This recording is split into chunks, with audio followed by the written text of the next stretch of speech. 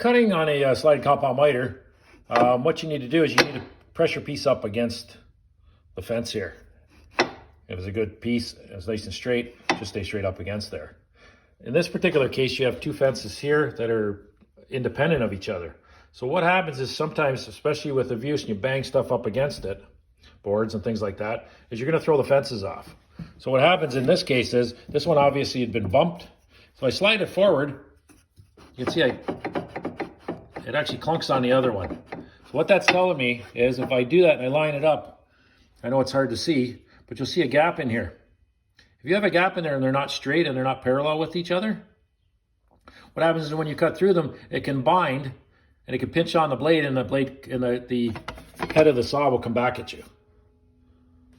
So what you need to do is you need to make sure that that's taken care of first before you do anything else, so that you get a safe operation. I use a long straight edge to do this and to test it, and you can see the gap on the straight edge. So I'm going to basically take this apart and I'm going to loosen the actual bolts that are holding it in place, and I'm going to readjust it and get it all realigned. So what I needed to do is I need to get that out of the way in order to get at the bolts. So back on the back here, I can loosen it off like I have, and I can just slide right out. And as you can see, we got two bolts holding this on. So I'm going to loosen those, and then I'm going to readjust it and tighten it back down again. It's a bit of a finicky job getting it all set up, but I'm all set up now. When I put my piece on and I run it across, I can see that it goes really, really smooth through with no gap.